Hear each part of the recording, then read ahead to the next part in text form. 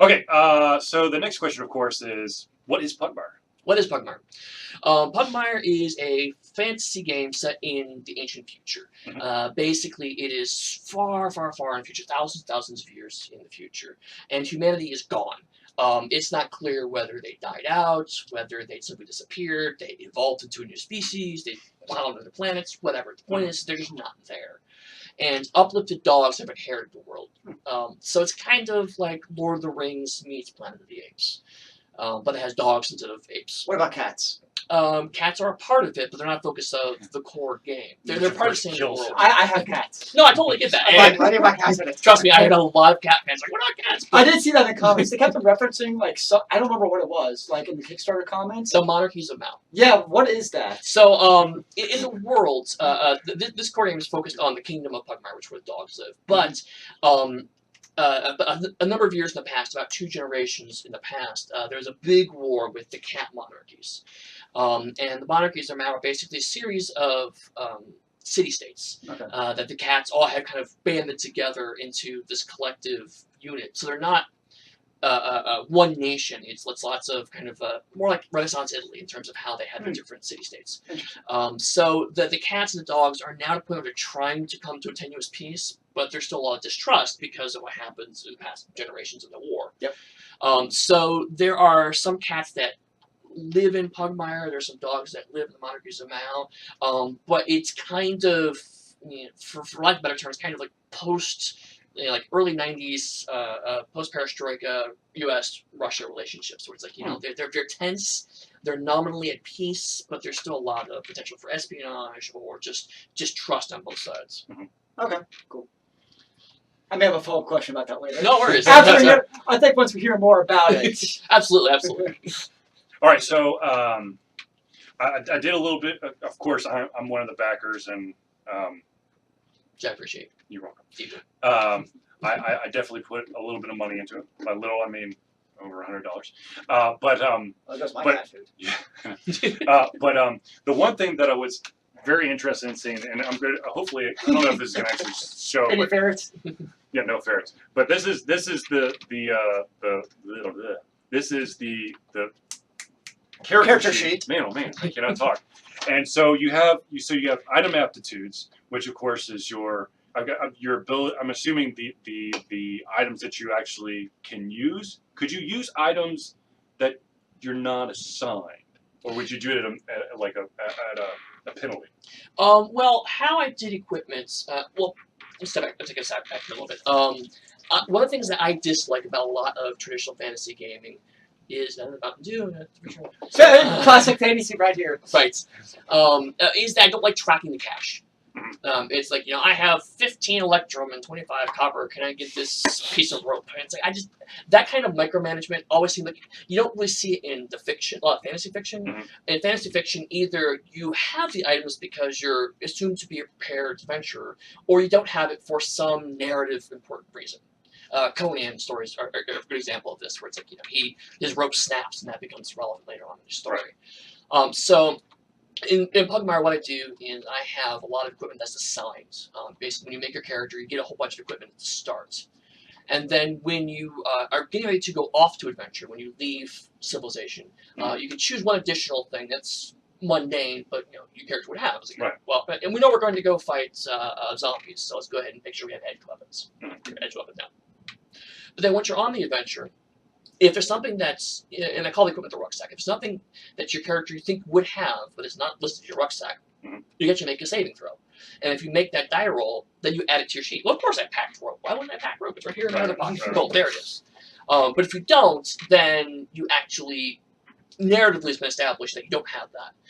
And so you have to continue on without it. I did like, when I was looking over the, I guess like the pre-version, the alpha version of your document that in I guess like the game master or dungeon master side, you kind of give the power to the dungeon master or the game master to basically allow the character to say, well, I've got 10 plastic coins.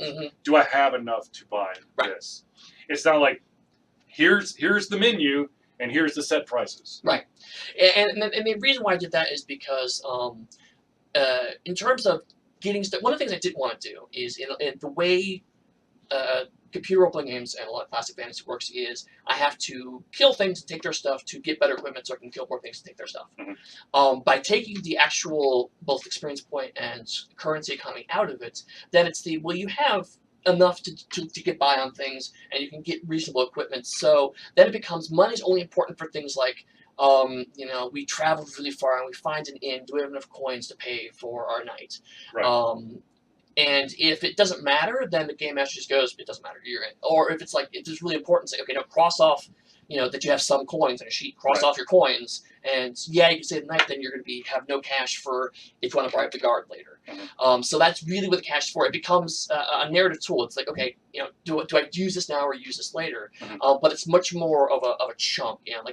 One thing I haven't gone into in the open access or the early access is that basically there's a few coins, some coins, many coins, and a lot of coins. And you basically scale up and down. It's like, we got treasure chest now, I go from a few coins to some coins. Or I spent a little bit of coin to bribe a guard, so I went from some coins to a few coins. So there's a little bit of a scale there that I haven't articulated. But again, it's the idea of rich characters. If your concept is you're noble, then this kind of stuff is not a barrier for it. It's like, okay, I have coins, no problem. I can just throw it around. And so the player doesn't feel like, well, I'm rich, but I have to save because I need to buy this sword later. It's like, no, they should spend it like water because that's the fun part of being a rich character. Right. Poor characters, it's like, if you don't have any coins on your sheet, then it's like, okay, it occasionally becomes a barrier. But so much of fantasy fiction is the poor, beleaguered peasants that makes their way to being a supreme hero. And so the fact that it's like, it's amazing you want to be this hero, but you can't afford armor, so I guess you die. Yeah. Again, it struck a wrong note with me, and so that's why I changed the to make it so it's interesting. When money becomes important, it's important. When it's not important, it just isn't. You also said there's no level ups in the game? There is level ups with experience points. Right. So how do you level up then if there's no experience basically, after a story or two, whenever it makes sense for the characters to have improved, the game master says, okay, everyone goes up a level, and then everyone goes up at the same time. And there's a couple of reasons for that. One is, again, a lot of classic role-playing games, or classic fantasy games, you level up primarily through violence. And that was not a goal for this game. I wanted it to be equally viable to talk your way through or just run away from monsters. I mean, I think it's perfectly fair that, you're going through this ancient ruin of man, and then you find these anime statues turn and look at you, and like, I'm out. Right. And I think that should be fun and appropriate. And if it makes for a good story, then you level up. If escaping is part of it. And one of the playtests I did, they went to this necromancer's lair and they made their way through very carefully, and then they kept passing all of these statues, and they got to the end, they grabbed this artifact of man, this ancient holy relic, and then all the statues turned to them, and they just said, nope, and just ran out. They made checks to dodge around the skeleton, or the statues, make sure they could escape, but when they finally got out, that was exciting and interesting. Right. So whether they fought them or ran from them, it was still interesting. It was worth going up a level. But in a lot of traditional games, it's, okay, well, you don't get anything because you ran away. So that's another reason why, from a story perspective, it makes more sense to get more powerful. So it sounds like you're trying to make it more narrative-driven instead of having set combats right here. Absolutely. You leave here, you're fighting a skeleton. You have no choice. You have options as a player of how are you going to deal with that. That you don't necessarily see in other games. Exactly, and actually it ties back a little bit to your earlier comment about cats. One of the things I wanted to do, and I was very passionate about, was that there are no evil species. There is no orc analog where it's like, oh, basically they're evil, we have to kill them, and they're not talk to them. There are monsters. There are certainly monsters, and there are objectively evil forces that you can combat, but they're not as prevalent as a typical fantasy game. And so another reason why I wanted to make that narrative is because if you get attacked by cat bandits and you end up, as a result, negotiating a peace with a whole bunch of bandit tribes, that's just as interesting as if you beat them all, shake them down for cash, and walk away. We've seen that before. Right. Yeah, exactly. And so this is a different way of looking at it, and it allows people to kind of try new options and freeze them up, so that you can talk your way out of things. You can just avoid it. It's like, we're just not going to go there. That would be a smart thing to do. It's like, let's just, hey, there's a whole bunch of demons over there. We're just going to go this way. And that, if you take those kinds of tactics, they should be rewarded if it makes sense. Right. So you're right. It is a lot of it is taking the guts of traditional games like Dungeons and Dragons and reconceiving them to make them much more narratively driven. That's cool. one of the interesting things that I did notice when I was just trying to quickly make my my character sheet out was that instead of having to roll for every single stat, you basically have here is 6 numbers and just put them in there, and then utilize what your bonuses or your oh my gosh, I'm breaking penalties or bonuses to each of those stats depending on what type of character you are, what breed you are, and that kind of stuff. And that makes, in my mind, that makes it a lot easier to feel like I can own the character, but jump into the game where I'm not spending like an entire day going, all right, well, here we go. Well, I don't like that roll. We have to roll all of them. Right, exactly. And this comes from games like World of Darkness. You know, in World of Darkness games, you have a set number of dots you apply to your abilities, and so the challenge of character creation doesn't become how do I find the maximum benefit from this random roll, but rather from how do I prioritize this in a way that I find interesting and compelling. That isn't to say random roll isn't fun. I mean, I have run a lot of things like not only old school D&D, but also like original Marvel superheroes, where you use completely random superhero. There can be fun in those kinds of random rolls, but that wasn't what I was going for in this one. This one, I wanted people to basically look at it and say, nope, okay, I want to be a strong character, but I want to be a little dumb. And the point spread is specifically, it's actually from D&D 5th edition, but it's very good because it gives you one stat that's below, a couple that are average, and a couple that are pretty good. Right. So out of the gate, you're doing some pretty cool stuff, but you can do everything well. Right.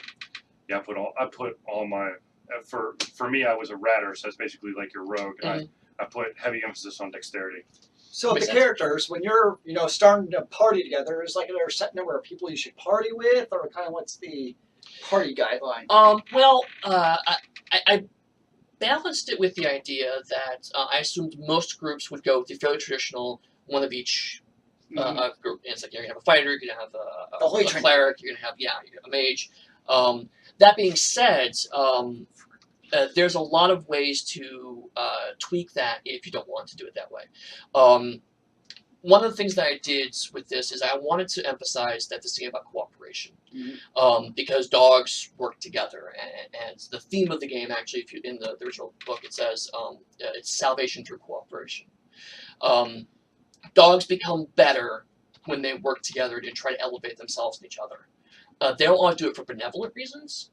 They don't always do it for good reasons, and sometimes they do it almost in spite of themselves, but that is kind of the core of the game. So there's 2 sides to this. One is all of the tricks, with the exception of the Stray, which is kind of the barbarian analog, the dogs who've left civilization. All the rest of the callings have, their powers are meant to help each other out. So, like, I have Inspiring Word as a warrior, or what I call the guardian, and I can give you dice that you can then roll to heal. Same with the cleric, I can give you dice and you can then heal. The artisan encourages people, and they can give them bonus dice. So there's lots of, I can help you, and then hopefully you will help me. There's not a lot of powers that give yourself direct benefits. So in one way the system is that there's lots of each group can help each other out based on how they pick their powers. The other side of it also is what I call the fortune mechanic. Is there's a bowl, something like this, that you put in the center of the table. With Mountain Dew. Well, no, it's empty. It's empty.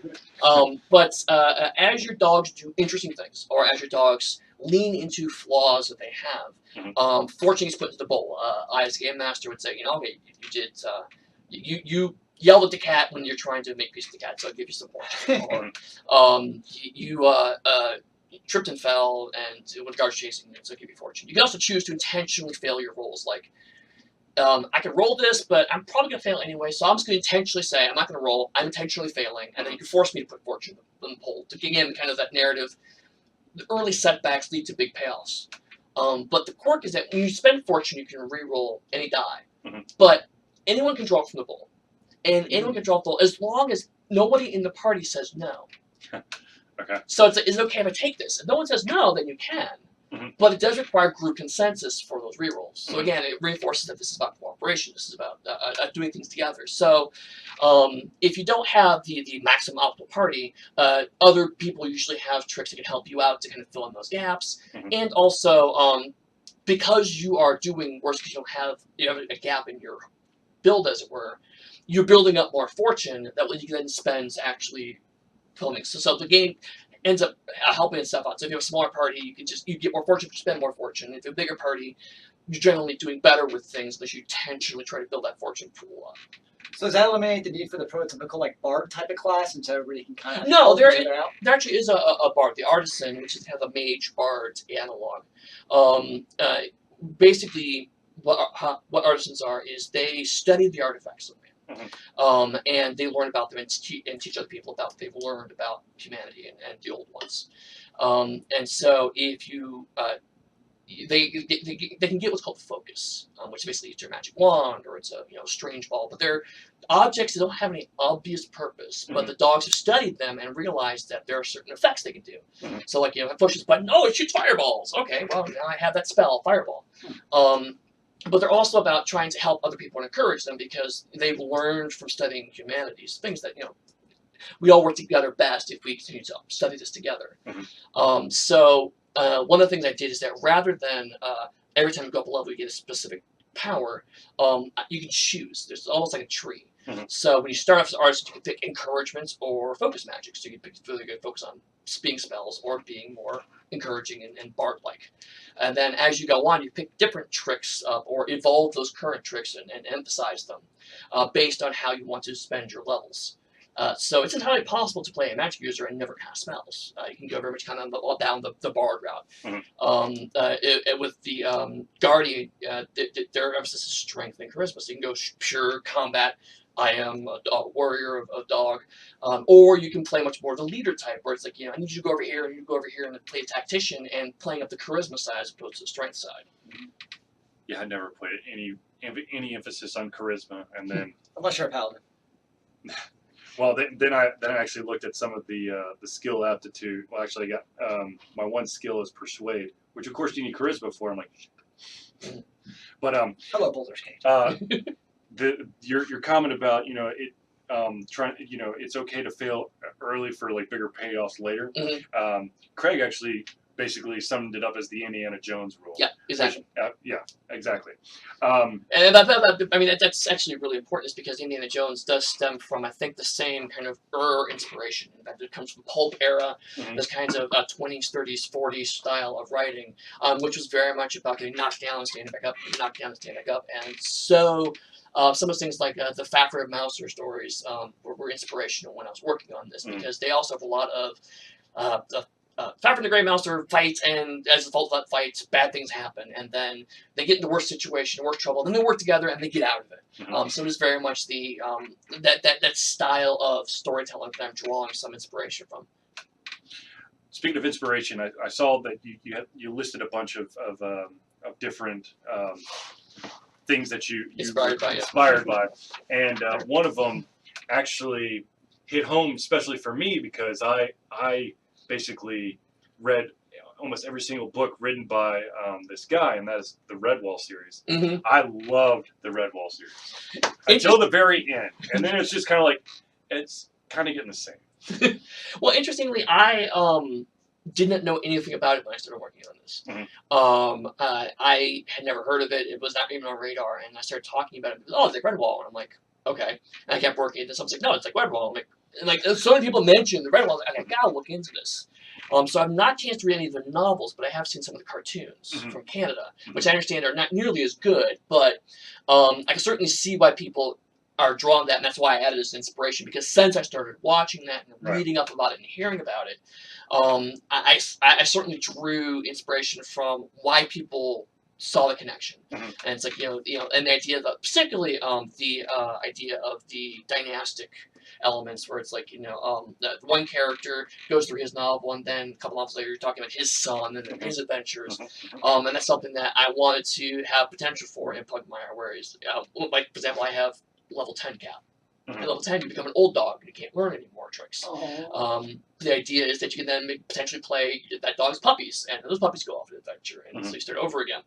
But they pass down the artifacts of man from father to son, so you can get some of the equipment you earned from your previous character because of that dynastic inheritance, which I thought was something that, again, not in the core book, but something that I really want to emphasize is a possibility, because I think it could potentially be interesting of okay, now my last dog was an Afghan, and he was a guardian, and so maybe his son didn't really take to being a guardian and decided to become an artisan instead. So it's like now I've inherited a sword that I can't really use very well because I know much more about magic. I mean, so you can play with those things if you want to, or you can just be like, I am the son of my father, and I do the same thing my father did or my mother did, and really just kind of play a slightly different version of each of those and try a slightly different build based on the last time you did.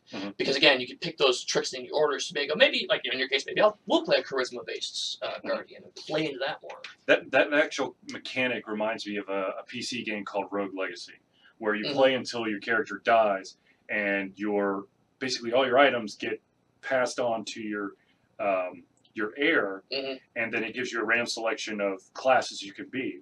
There's a chance that you could choose the same class, but there's also chances that you could have a different class to kind of expand your experience.